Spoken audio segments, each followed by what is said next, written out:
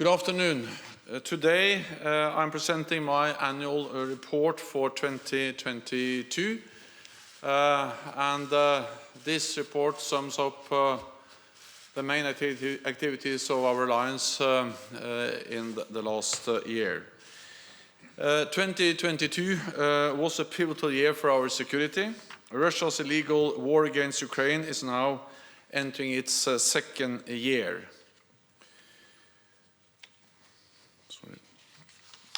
President Putin made a big strategic mistake when he invaded Ukraine.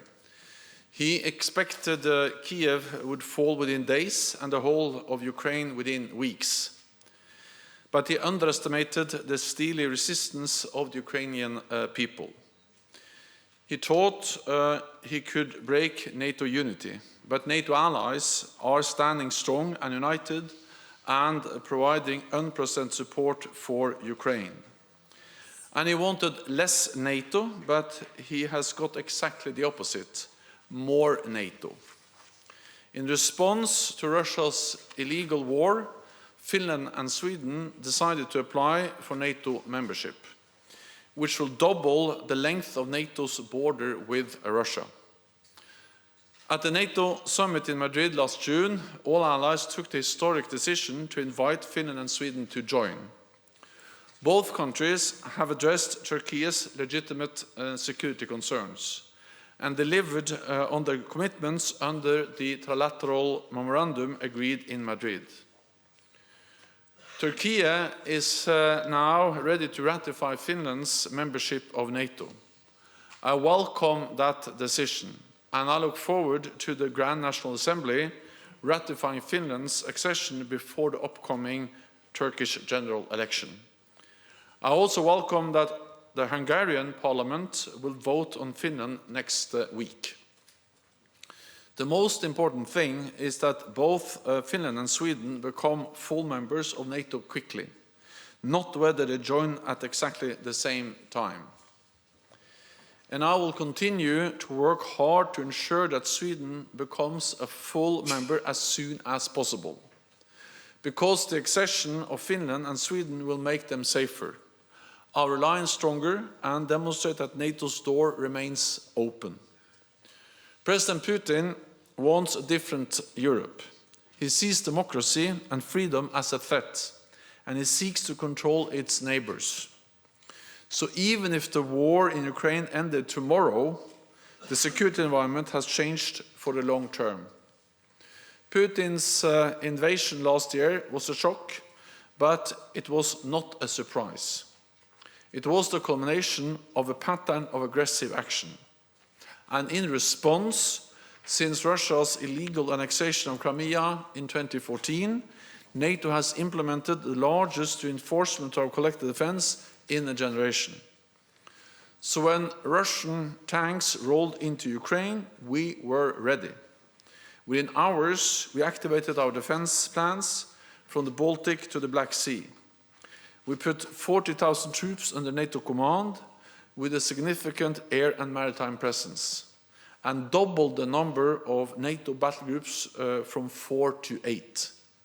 At the same time, NATO allies have provided Ukraine with significant support, supplying advanced weapon systems and ammunition to help Ukraine defend itself and regain territory. We are also in the process of agreeing new capability targets for the production of battle-decisive ammunition and engaging with industry to ramp up production, to support Ukraine against Russia's aggression, and for our own defense. NATO is increasing the protection of critical national infrastructure, including undersea cables and pipelines. We have set up an undersea infrastructure coordination cell here at NATO headquarters and established a joint NATO-EU task force. At our summit in Madrid last June, NATO allies agreed a further fundamental shift in our deterrence and defense, with new plans assigning specific forces to defend specific allies, higher readiness, more stocks and more pre-positioned equipment, and even stronger command and control arrangements. We agreed a new strategic concept, the first in a decade, to guide our alliance in an era of strategic competition. It identifies Russia as the most significant threat to our security, along with the ongoing threat of terrorism, and makes clear that China challenges our interest, security, and values. 2022 was the 8th consecutive year of increased defense spending across Europe and Canada. Last year, defense spending increased by 2.2% in real terms. Since allies agreed the defense investment pledge in 2014, European allies and Canada have spent an additional 350 billion extra on defense. Many allies have also announced significant defense spending increases since Russia's invasion.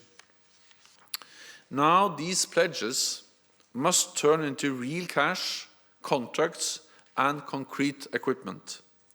Because defense spending underpins everything we do.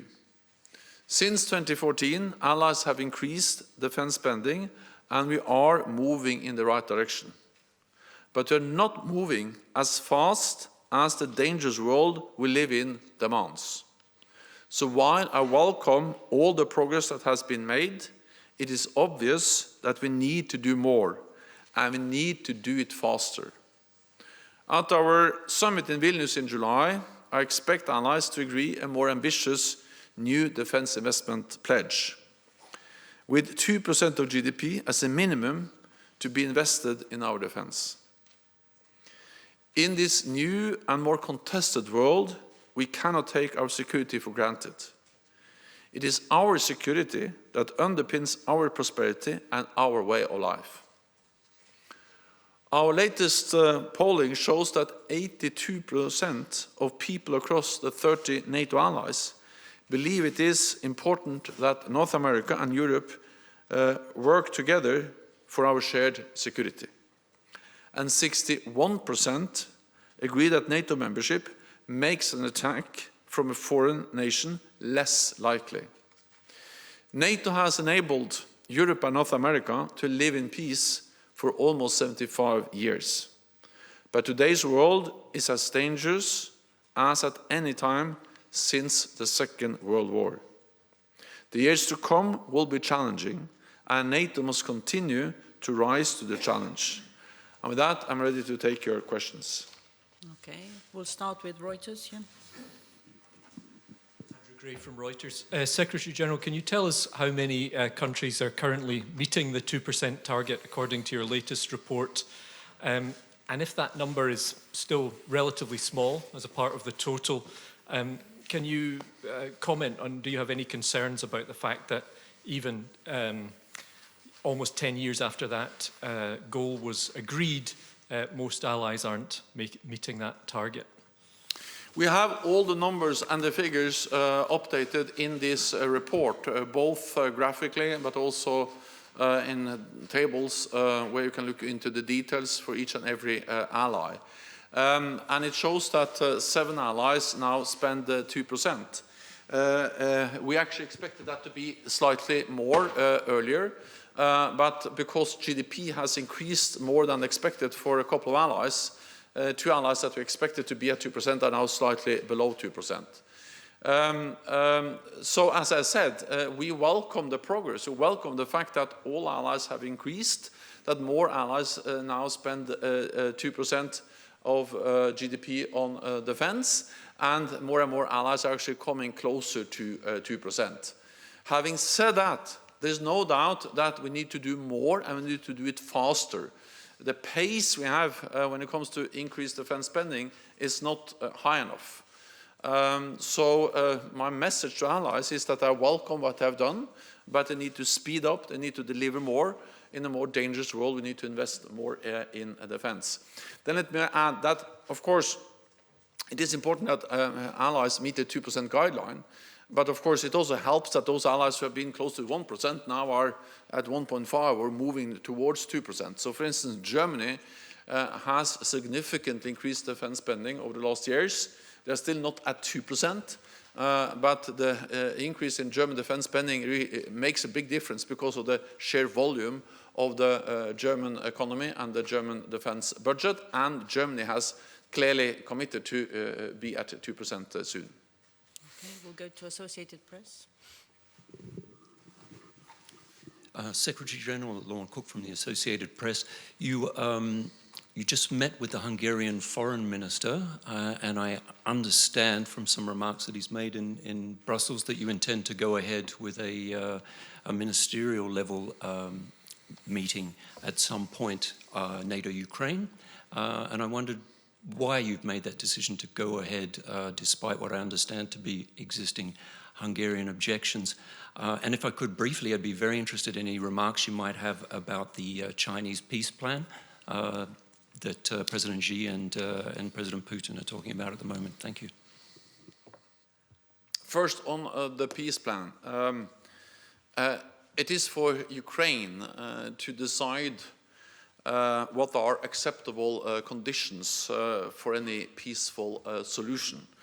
And China therefore needs to start to understand Ukraine's perspective and to engage with President Zelensky directly if it's serious, if it wants to be serious about peace.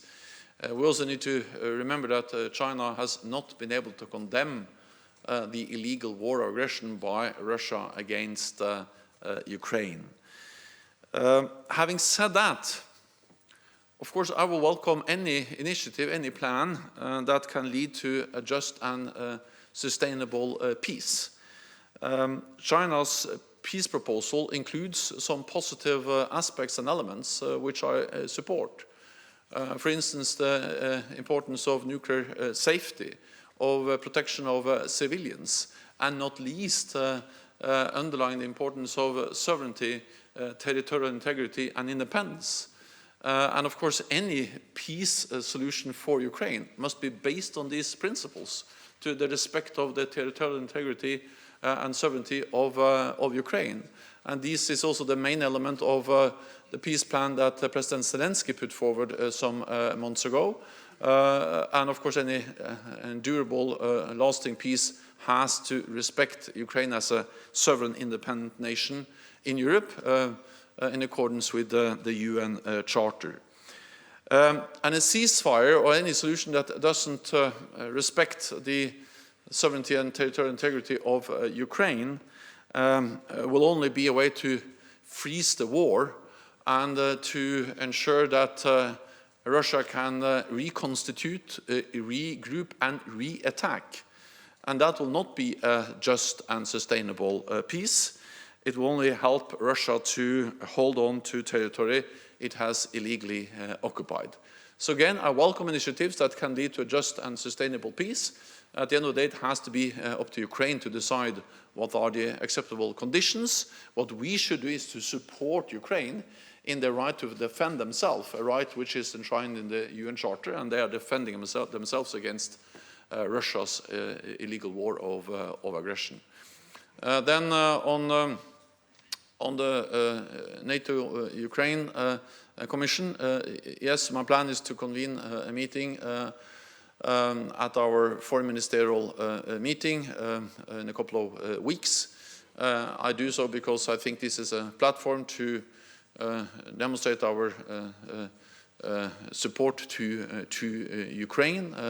Ukraine is an enhanced opportunity partner, but at the same time I'm aware of the issues related to minorities, and this is an issue that has also been discussed directly with Ukraine in previous meeting, and I guess that will continue to be, I expect that to continue to be part of a dialogue with Ukraine.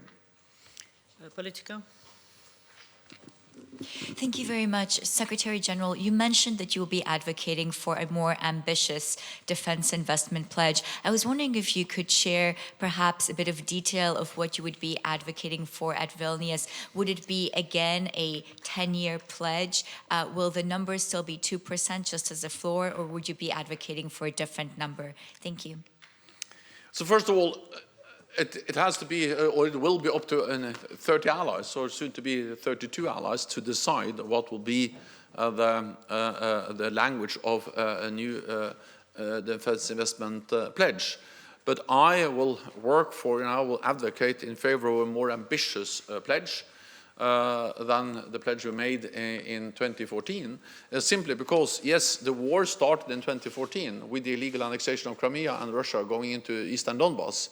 But of course, the full-fledged invasion that we saw last February has made a difficult and dangerous and challenging security situation even more dangerous and even more challenging. So if there was a need to increase defense spending back in 2014, it is even more obvious now.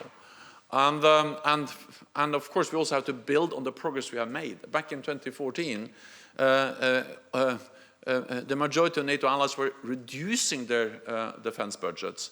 Total defense spending across Europe and Canada was going down year by year. So we were on a downward trend, and only 3 allies spent 2% or more on defense. Since 2014, that picture has totally changed.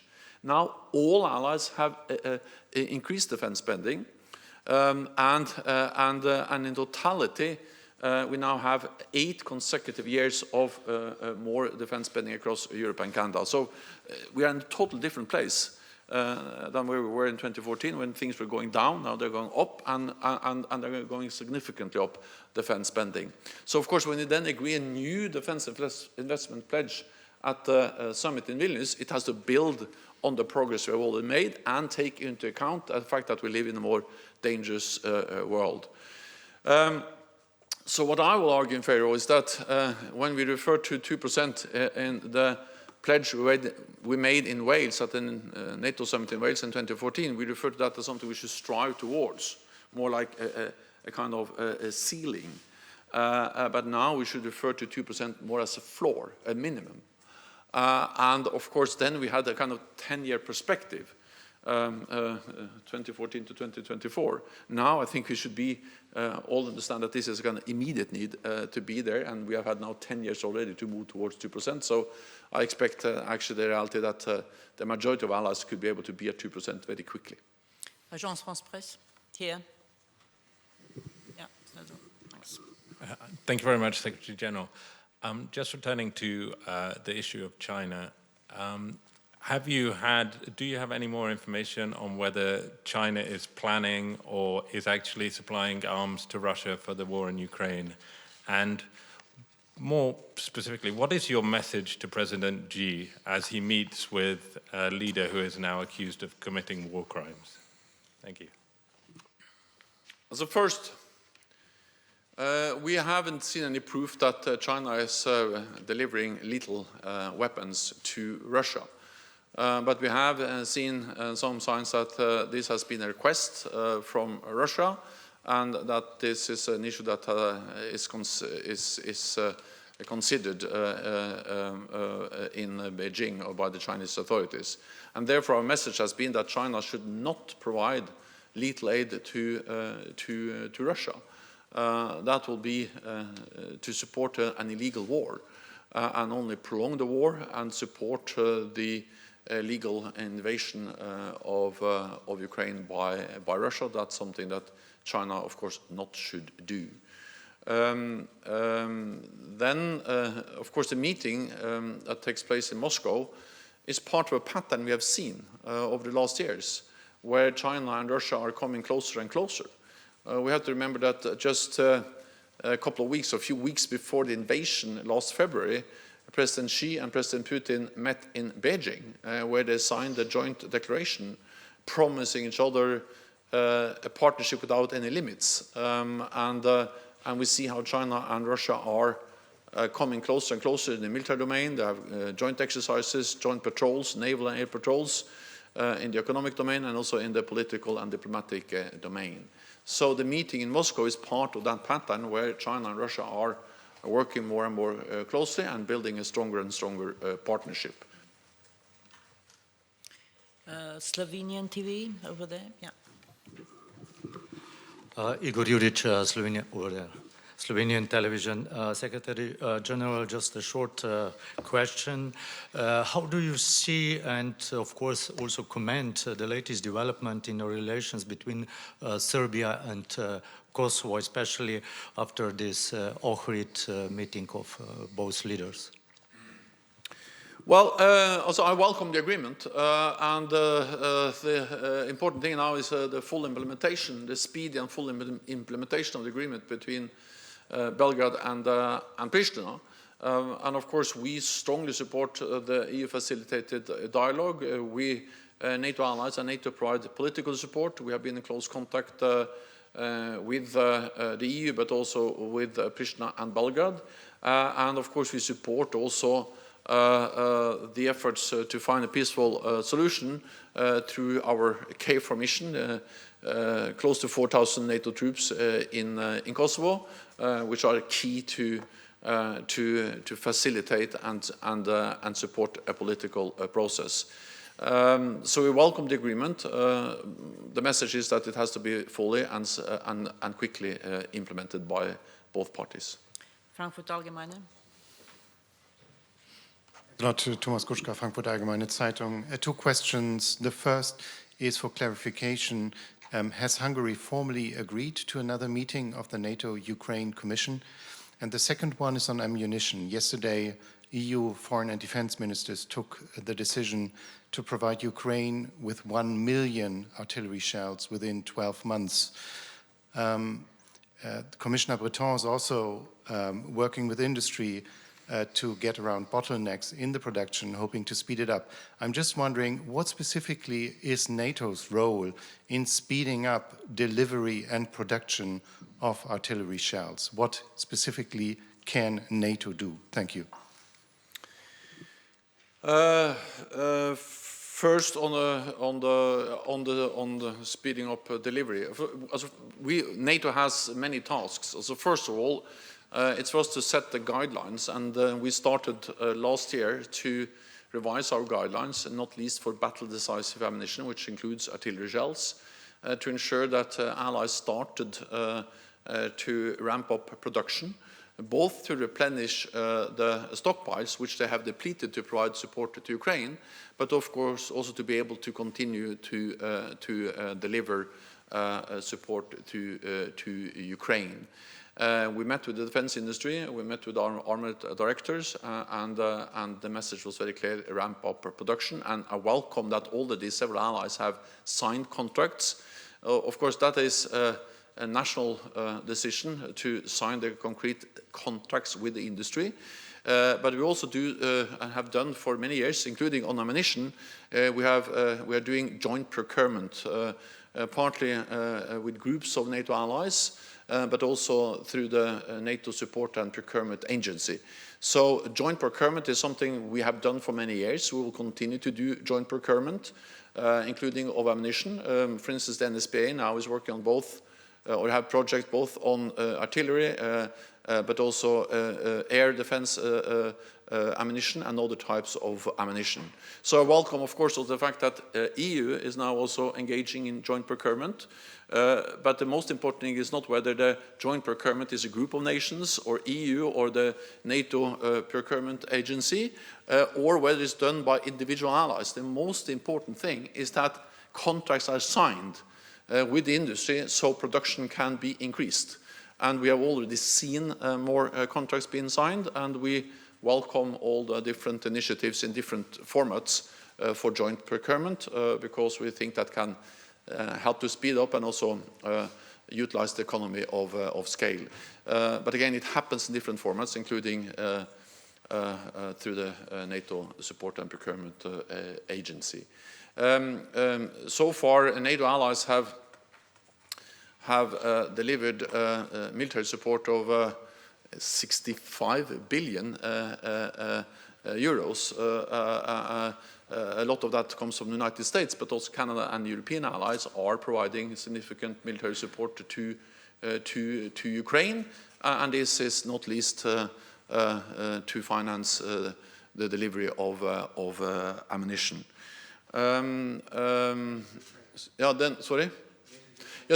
Well, it's my prerogative to convene the NATO-Ukraine Council. And I do that because I think the time has come. Of course, I always try to have allies to agree, but when we cannot fully agree, then it's still my prerogative to convened in meetings of the North Atlantic Council in different formats, and now I do that. Swedish radio. Here. Thank you, Mr. Secretary General. What does it mean in concrete terms that Swedish NATO membership is a top priority, as you said yesterday? And the second question, how included is Sweden for the NATO future plans for the Baltic Sea? Finland is approaching NATO membership faster than Sweden. I didn't get the last question. How does it mean in concrete terms for the NATO plans for Baltic Sea that Finland is approaching NATO membership faster than Sweden? So first of all, I'm absolutely confident that also Sweden will become a full member of this alliance. Second, it is a top priority for me, meaning that I really believe that it will be good for NATO, it will be good for Finland, it will be good for Sweden, it will be good for all of us to have Finland and Sweden in as quickly as possible.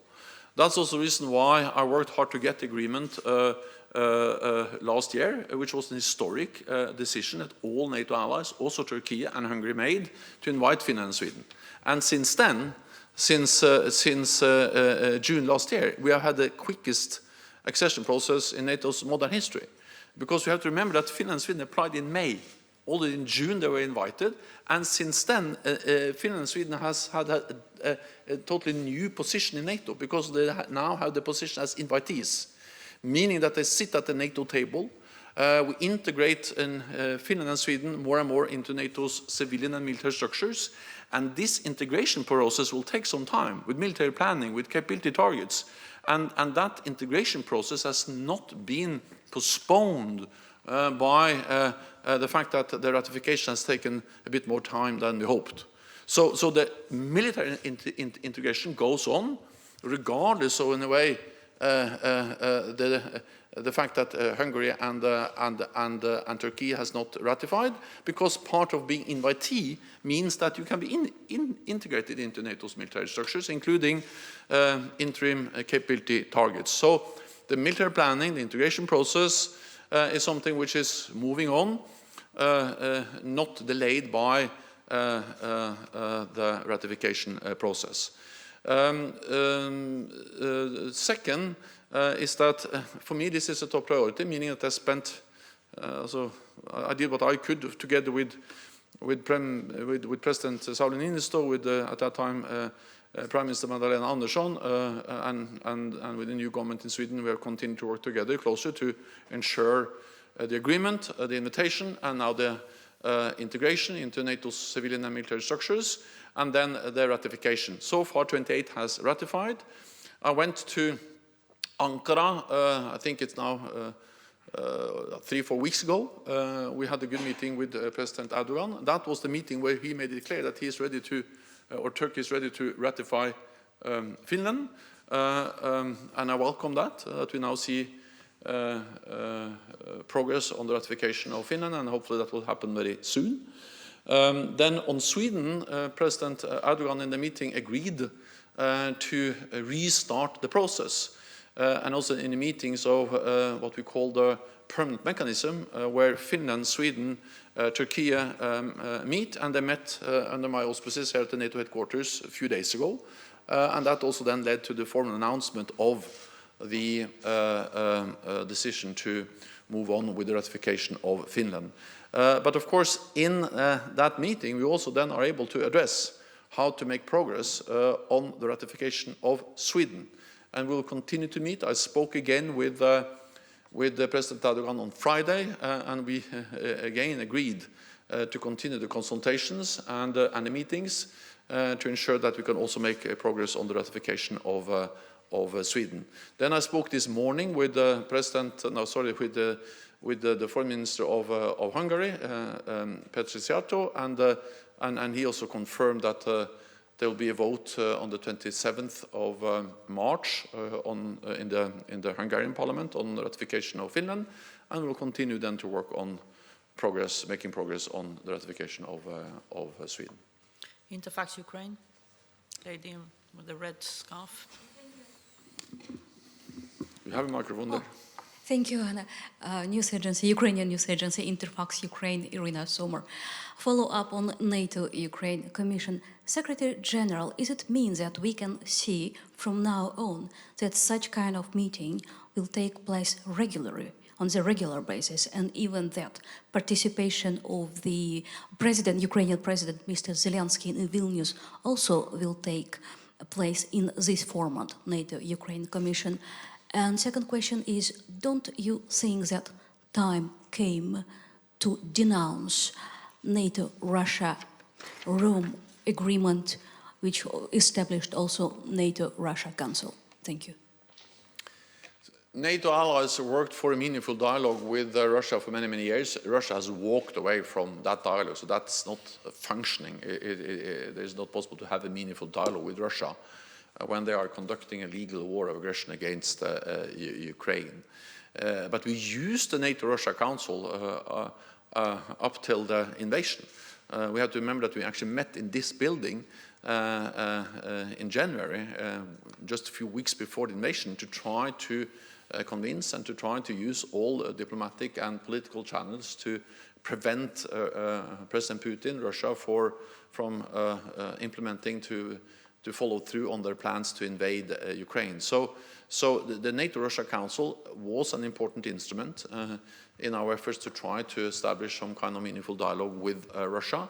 We used it to try to prevent the invasion of Ukraine, but since the invasion, this has no meaning. We cannot have any meaningful dialogue with a country that is responsible for an illegal war of aggression against the neighbor Ukraine. So we don't have meetings, of course, in this council now. Then when it comes to the NATO-Ukraine Council, this is an established framework. I have the mandate to convene it. I have, in respect for the issues that Hungary has raised, I have not convened that for some time, but now I will continue to convene the meetings of the NATO-Ukraine Council, the Commission, and I will start with a meeting at the foreign ministerial meeting.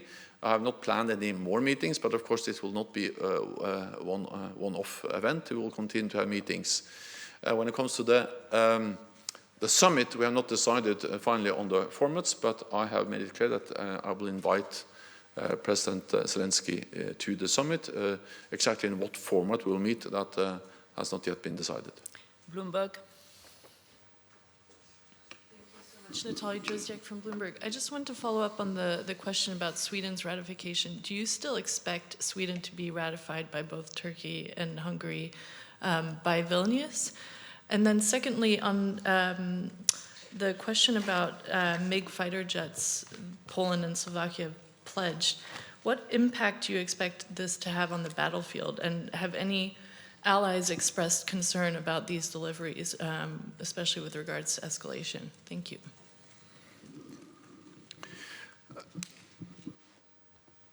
Well, on Finland, based on what has been announced both from Hungary and Turkey, the two allies that have not yet ratified the Finnish accession protocol, I expect that they can become members before the Turkish election, because Hungary has made it clear that they will vote on this in the Hungarian parliament on the 27th of March. So that's I base what I say on what they have publicly said and also told me, and also Turkey has made it clear that the plan is to ratify before the Turkish parliament goes into recess ahead of the Turkish election. Of course, I cannot guarantee on behalf of national parliaments. At the end of the day, it's national parliaments that make the decisions. And I've been a parliamentarian and also prime minister myself. I'm always very careful not speaking on behalf of parliaments. Parliaments are sovereign bodies. They make their own decisions, but at least that's what has been announced. And based on those plans and those announcements, Finland will be a member very soon and before the Turkish elections or before the Turkish parliament goes into recess based on what they have said. Then on Sweden, I will not give you any exact dates. But I will just tell you that this is a top priority, and I will work hard to ensure that also Sweden becomes a full member and that the ratification process can be finalized as soon as possible. That's the reason why I traveled to Ankara. That's the reason why I also spent some time in Stockholm, in Helsinki, and also convened the trilateral permanent mechanism here at NATO, and will continue to engage with all these countries to ensure that we have the quickest possible ratification also of Sweden. Answer? Gentleman with glasses. Yeah, thanks. Yes, sorry. Secretary General, in the Mediterranean, migration is reaching a level unseen since the 2015 crisis. Italy has recently linked this phenomenon with an intentional rational destabilization strategy. And as you know, the strategic concept states a 360 degrees approach to security and see the Med as a critical theater. Now, the question is, do you accept that the southern border can be at risk because of migration used as a hybrid weapon? And is NATO ready to do more in that area? And secondly, if I may, would you be available for a second mandate? I mean, for a prolongation again of your mandate, maybe. First, on the south. Well, NATO has significant presence in the Mediterranean and in the south to address instability, to fight terrorism, and we also support efforts of the European Union to deal with illegal migration. We, for instance, have a naval presence in the Aegean Sea to help to implement the agreement between Turkey and the European Union on illegal migration. We have been there since for several years. We're also working with partners like Mauritania, like Tunisia and others to help them build their defense and security institutions to stabilize their own countries. That's to address the root causes of the migration challenge. So we are working in many different ways, and of course we also see that we see increased Russian presence in the south or in Africa, not least with the Wagner group. So I think that it just highlights that NATO doesn't have the luxury of choosing either to either focus on one or the other challenge or threat we face. We need to be able to deal with all of them at the same time. Of course, they are in different nature and different intensity, but NATO has to deal with them at the same time. Also, a lot of what we do on critical infrastructure is also related to the south. There are cables, there are undersea infrastructure also in the Mediterranean. But of course, NATO is a military alliance. We have our tools. Then the European Union, national nations have other tools.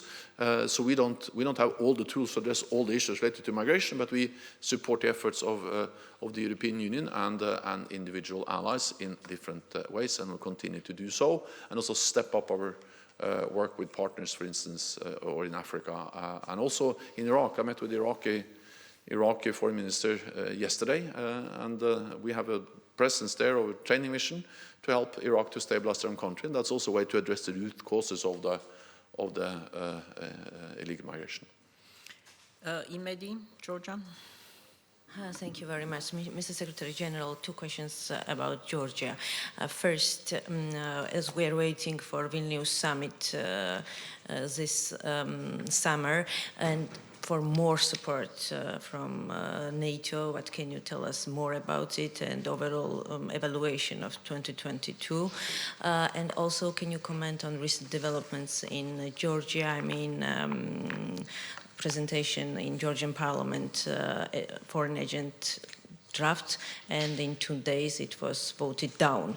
So can you comment on this? Thank you very much. So I welcome the decision by the Georgian Parliament to vote down or to withdraw the draft law on foreign influence or foreign agents because it's incompatible with Euro-Atlantic values and the protection of fundamental freedoms. So I welcome that this proposal was withdrawn and then not supported by the Parliament in Tbilisi. I encourage Georgia's political leaders to work together on reforms urgently needed. And of course, NATO has also worked with the government of Georgia to implement these reforms, to strengthen democratic institutions, to strengthen democratic control over the security services, and also to fight corruption. The Georgian people have made it very clear that they want a democratic, prosperous Georgia that is integrated into the Euro-Atlantic region, and NATO will continue to be a partner to those aspirations. Okay, we'll go to Icelandic National TV. Björn Malmquist from Icelandic National Television. You talked a lot about Ukraine. Understandably, the focus of the alliance has been there in recent months.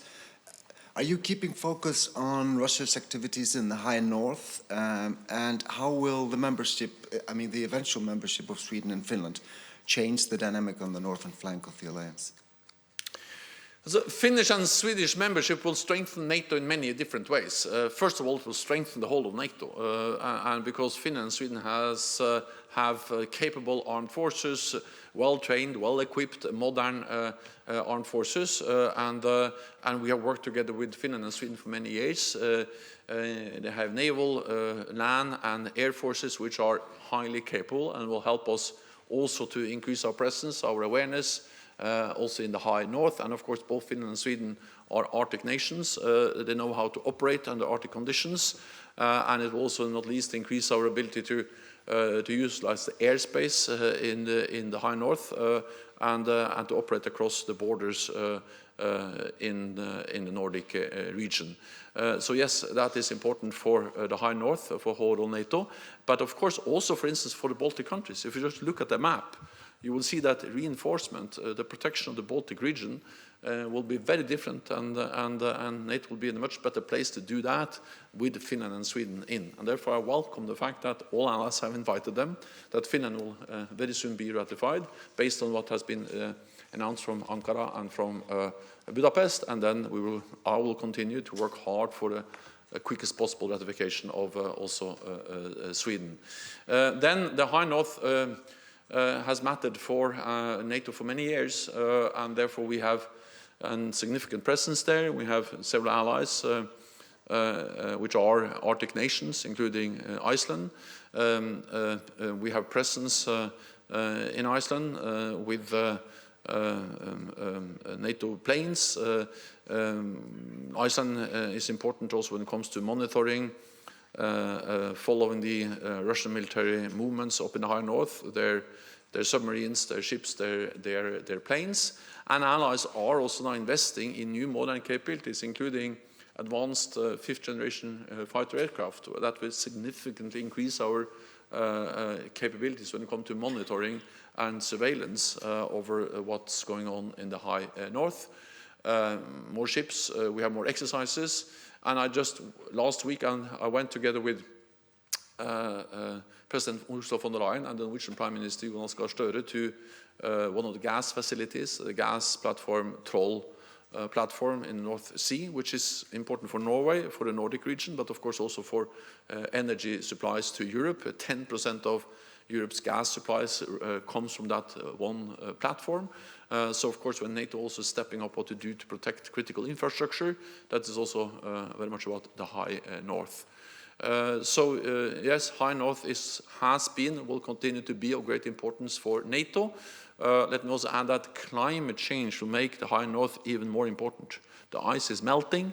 It's possible to operate there more throughout the year, and that will also increase the strategic importance of the high north. Thank you very much. I know there are more questions, but this is all we have time for now. However, you can pick up a hard copy of the annual report on your way out, and hope to see as many of you as possible at the annual media reception. Thank you.